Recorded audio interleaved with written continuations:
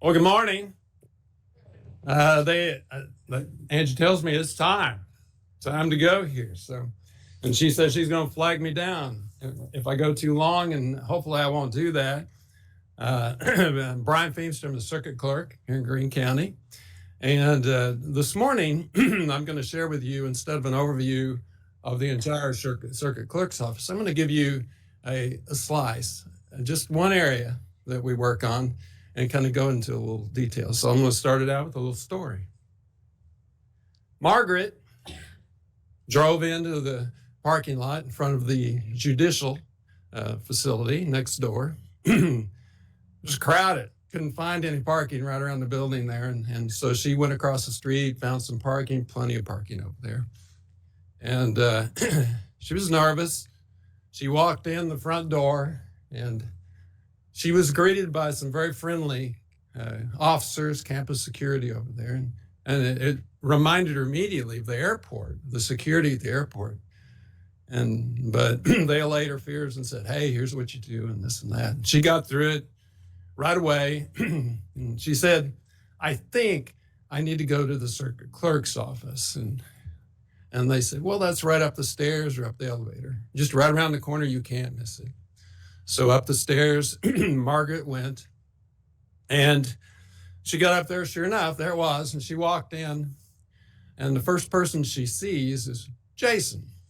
Jason is one of the clerks that work in the circuit clerk's office. And she walks up to Jason, and Jason says, well, good morning. How are you? And what can I do to help you? Margaret said, I'm not really sure.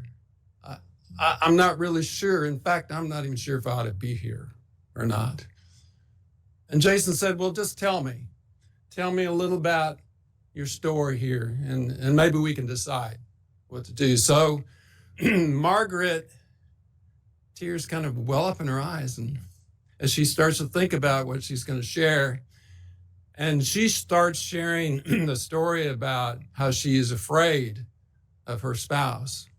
And she tells a little bit, and Jason starts asking questions. He says, okay, have you been hurt, and have you been threatened, with harm? Have you got any children? Have they been threatened with harm? Have you got a pet that has been threatened? They've used that as a threat of violence against the pet in order to get their way. And what Jason is doing is he thinks that this is probably a case of domestic violence, is what it is. And those are some of the parameters that define the case of domestic violence. And Margaret fits into that category. So he says, Margaret, I need you to fill out some paperwork in order for us to get this started in the court system. And he hands her all of this, which is kind of overwhelming. She says, wow, there's a lot there. And Jason says, I know it's challenging.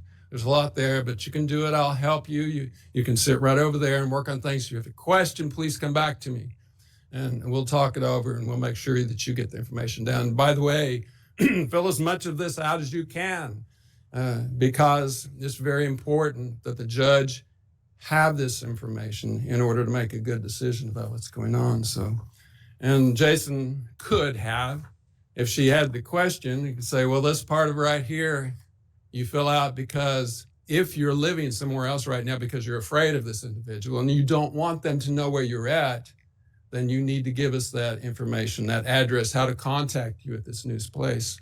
And so that's what that's for.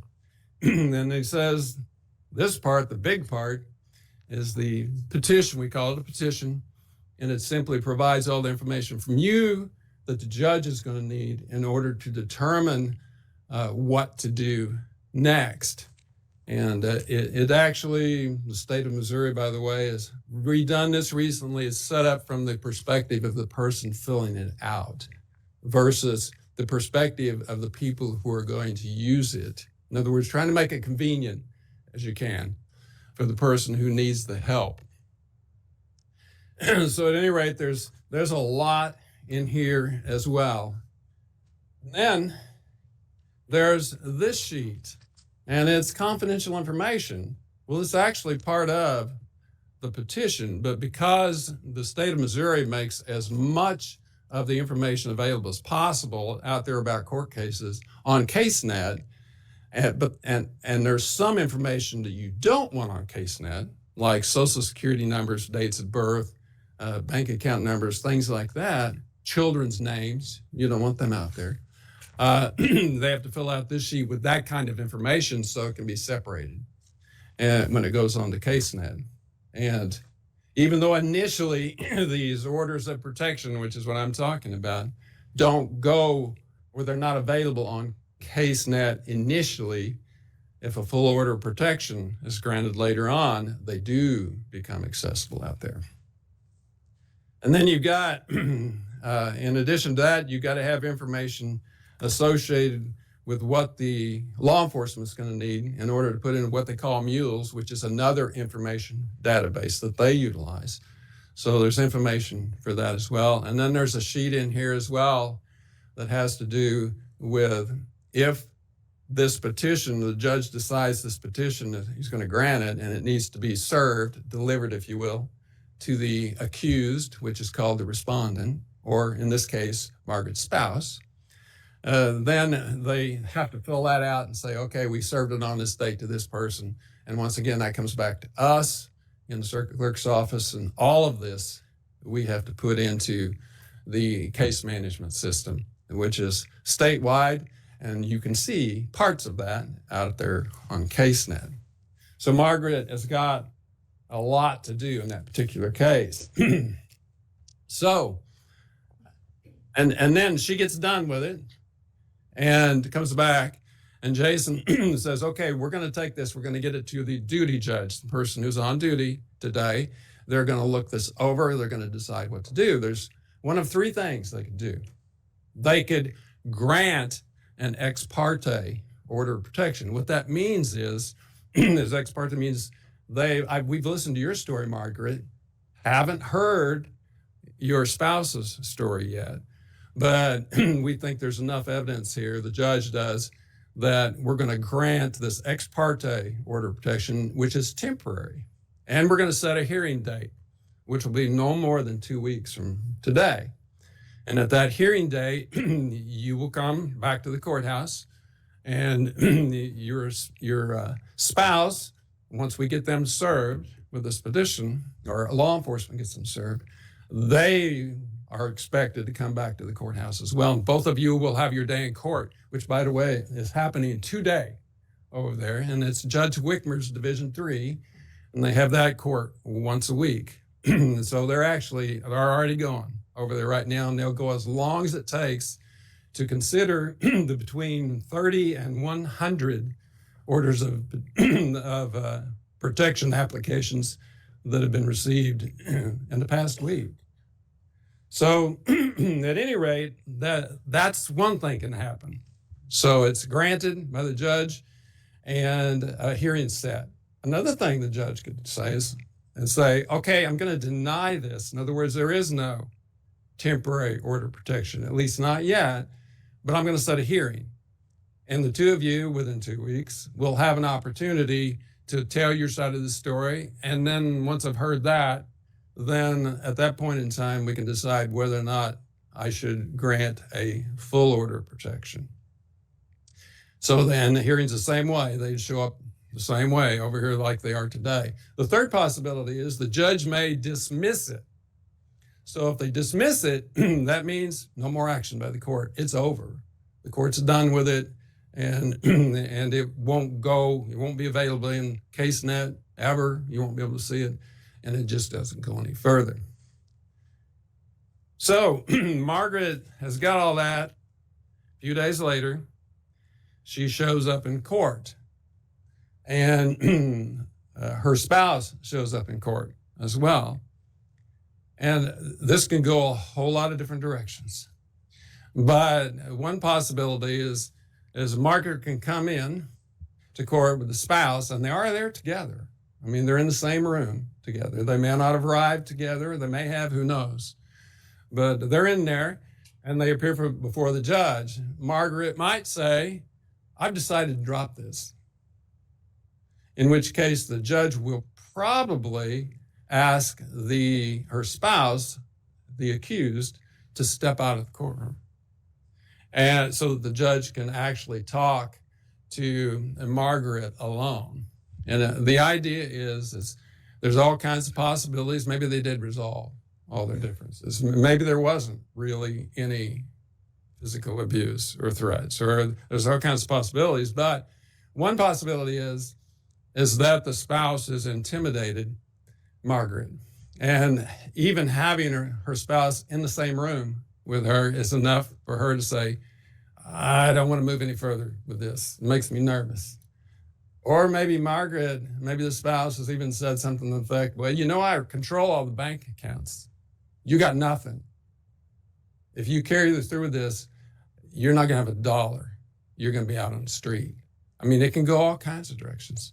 And that's what the judge is trying to figure out, is whether something like that is a possibility. Usually, after that discussion, they drop it anyway. And there can be all kinds of other reasons that someone might have for seeking an order of protection too, that may not even fit into the physical abuse category. I won't go into those right now, but at any rate, the variation on stories is endless that you might hear, that a judge might hear when you come in there. So, another thing that Jason might have done, by the way, we're going to back up to when he was helping Margaret fill all this paperwork out. Once she's done, as Jason is, if he's pretty convinced that this is a physical abuse, there's threats, there's something out there that justifies this, he's going to say to her, you could go over to the Family Justice Center over on East Pythian over here, 1418 East Pythian.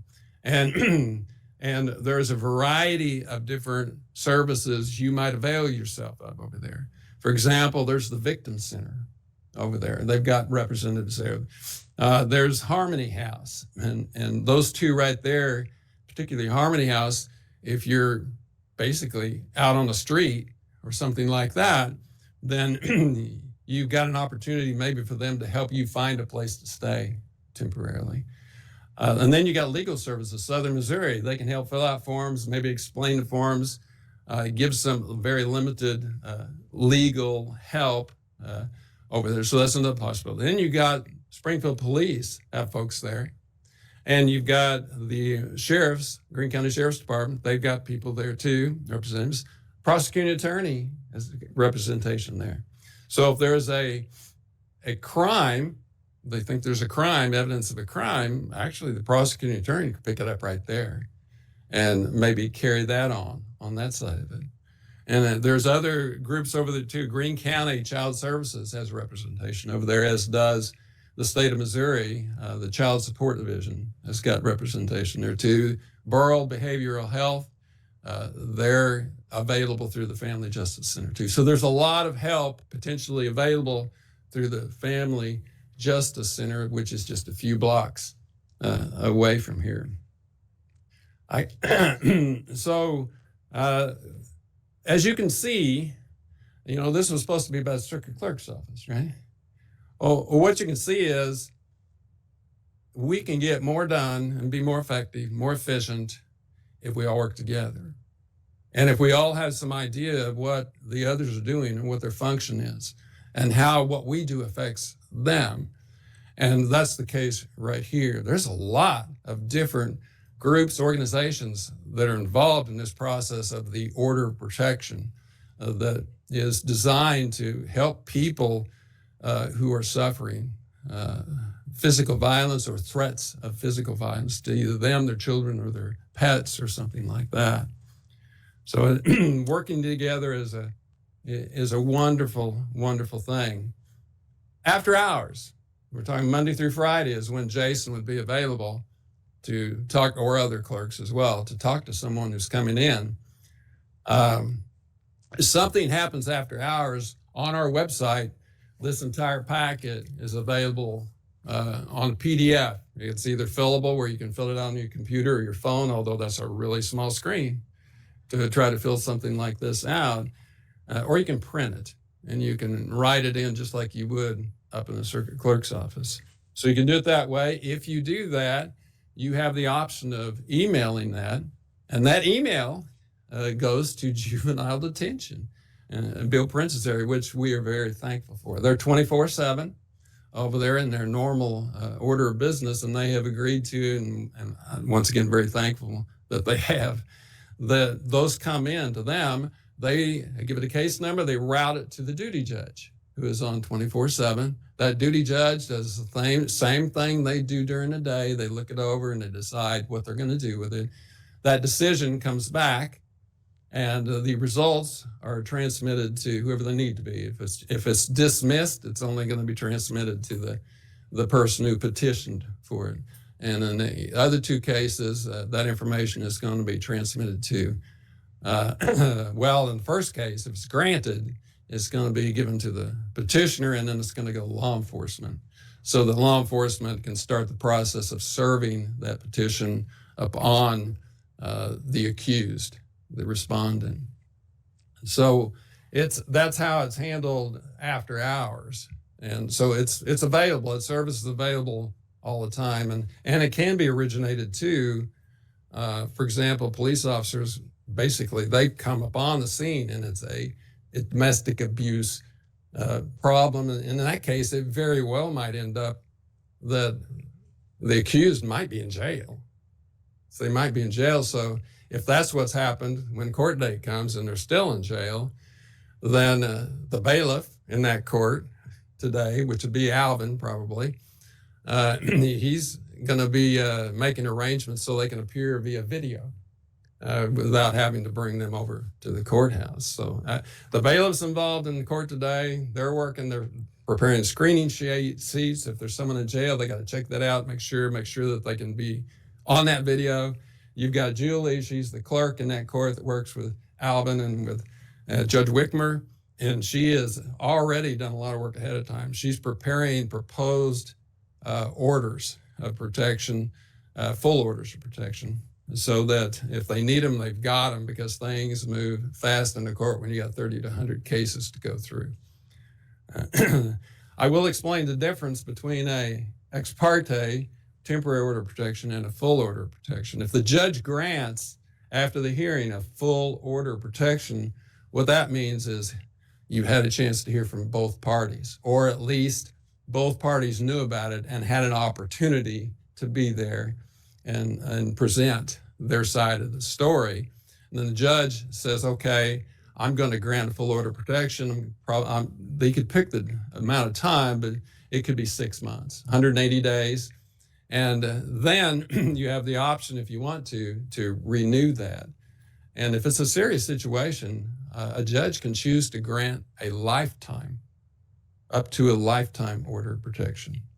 That's probably after some repeats, in other words, some renewals and things like that. But so there's just a really brief picture of one of the things that we do. So in a year, 2,500 to 3,000 of these orders of protection come through, and our domestic section handles those. A typical year, we're handling about 30,000 total cases, which would encompass every possible case that might come in, and every one of them are different, certainly, and they require different handling and different ways to enter it, and some of them are viewable on CaseNet in their entirety, and then you've got others, like over on the juvenile side, that are not viewable on CaseNet at all, except to attorneys, parties of record, in other words, the ones involved in the case. They can have the information, but the public, general public, can't. So this process of transparency on CaseNet, giving people the ability to see as much information as possible, has actually created more work for all of us, because it requires us to separate what the public can see and what they cannot see. And that involves more paperwork, more forms in order to make that separation. And then we have to be very careful when we're inputting the data as well, because into the case management system, because different security levels, which aren't evident to the public, but they determine, those security levels tell the computer what to say, hey, here the public can have, or the attorney can have, and what they cannot. And that can apply to the entire case, and keep the entire case from being seen, or it can apply to documents. In the case, individual documents. Some things you can see, others you can't see. Now, if you're public and you're going on there and you're looking at it, you're not going to know. I mean, if you can't see it, you just won't know that it's there. But the docket entries usually, and the docket entry is that brief text, the history kind of the case. It's just a very brief description of what happened, say, during hearing day. Full order of protection was granted. Both appeared. You know, the petitioner responded, both appeared. Something very brief to tell you what happened that day. And if you want a brief overview of the case, you can go down through those docket entries, that brief history, and get a pretty good idea pretty quickly what's going on. So I'm going to quit right now and give you, I think we may have about 5 minutes. Is that about right? 7 minutes. Wow, okay. And see if you have any questions. They don't have to necessarily be about orders of protection or anything else that might be of curiosity to you. Yes? I'm not going to say they all handle it consistently because I'm not there. But really something to think about there is we've got more than 75 people clerk-wise working here. We've got the Family Justice Center. Most counties do not have that many clerks who can, they don't have the ability to specialize very much. And they don't have that organized system of help out there in order to take care of all these different potential needs of the people who are involved in the case. There are a lot of counties who have 3 total clerks. That includes the circuit clerk. And it's based on population, pretty much. So there are some counties in the state that may have 2,500 or 5,000 total people in the entire county. And they're going to have max, they're going to have in some cases 2.8 people is what the state would allow in some cases. Yes? Does the sheriff's department have a specific amount of time that they deliver those? What they'll do is they will deliver them as quickly as they possibly can. The limitation is that it has to be in the hands of the respondent, the accused, 3 days before the hearing. So 3 days. So you got a window, pretty tight window. You got to have the hearing within 14 days. And it has to be delivered at least 3 days before that. So you've got a max, basically the difference there, a max about 11 days to work with, and that includes weekends. So it can be really, really tight in order to meet those parameters. Good, very good question. Yes. Any more? Yes. All the paperwork that's required on the initial meeting in a situation like that. How much automation, or how do you handle what must be a massive amount of data input and make sure that data, the raw data, gets to the right organizations or systems so it can be used effectively? Okay, that is all. In the case of the ones that are filled out by hand, every bit of it has to be basically transposed data entry wise by a clerk into the system, which can be very interesting if you've seen some people's handwriting. And these forms, they don't necessarily give you much information, and you've got to go with what they give you. And not only that, you can tell them what the order of protection is really designed to do, which is to protect people who are threatened, physically or verbally or something like. And they don't have to listen to that. My neighbor's dog is barking all night long. I'm going to do an order of protection on them. And if they insist, we are required to accept every filing. We cannot turn down a filing. Even if it's incorrect, we can't turn it down. So that stuff, we have to enter that into the system the same way. And I know what they're doing. The idea is we're going to err on the side of making sure we don't miss somebody, because maybe they verbally aren't very eloquent, or their writing is not very good. I mean, there's a whole number of things that could interfere with their ability to give us the information that we need. Another good question. There was a question down here. Yes. Happens if law enforcement is not able to deliver, like can't deliver, like let's say they Mm-hmm. The hearing is postponed because, once again, the respondent has the right to present their case. So typically the first time that happens, that hearing is going to be postponed another week or so to give law enforcement more chances. Or the law enforcement may actually return it to us non-est. In other words, that just simply means they couldn't find the individual, they couldn't serve it on the individual. And we very well might have to prepare what we call an alias summons, which just means another one, and try again. Or we can go back to the petitioner and say, we can't find him. Have you got any place else where we might be able to find this individual? Sometimes they've got new information about where we might find him. Good question. And second? Do you ever foresee your system going electronic? So like if I came in as the petitioner, I could electronically enter it so that your staff isn't having to read handwriting and enter it themselves? Well, probably not. Even the ones that are being filled out, the fillable PDFs are electronic. So you fill those out electronically, but we still have to transpose and get that information into the system. What happens is we scan whatever we've got, so the document itself goes into the system, and then we have specific things we put into the system based on what's in that document, and we got to match that up to codes, because computers are morons. A computer only knows codes and numbers, so you have to translate whatever you're putting in into a code the computer understands. So if you ever run a report, it says, hey, I want to know how many orders of protection were done. Well, it only knows to look for codes. So that's big part of our job, is translating all this into something the computer can understand and manipulate. Yes? Is there certain words that you use, so when you scan into the system, it doesn't show up everything? What we can do, if we scan something into the system that we don't want to be open to the public, then you assign a security code to that particular document. And we've got like 9 different security code levels, and the public can see 1 and 2 out of those 9. Now there's not a whole lot of stuff at those higher codes, but because the Supreme Court of Missouri wants as much as possible to be available to the public. So the vast majority of data is available, and it's out there.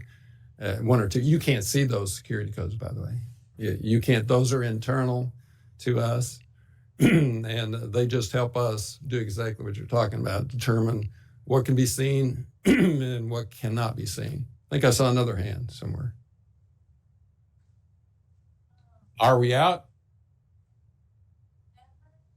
Someone, you're not able to find it, then does that temporary order expiration, I guess, or is it just until the court? It's going to stay there until the judge determines otherwise. But we've had situations where, I mean, it can be repeatedly, say they're homeless, and they simply can't find them. If they can't find them, it just kind of keeps getting pushed out, because you don't want to, end the possibility of that person getting protection, but you've got to find the respondent in order to grant the full order. This could be my next question. Like, get dismissed if you just can never find the person, or does it just continue? That's a good judge question. I'm not going to try to answer that one. I think I'm out of time, aren't I? Okay. Well, thank you so much. I appreciate you.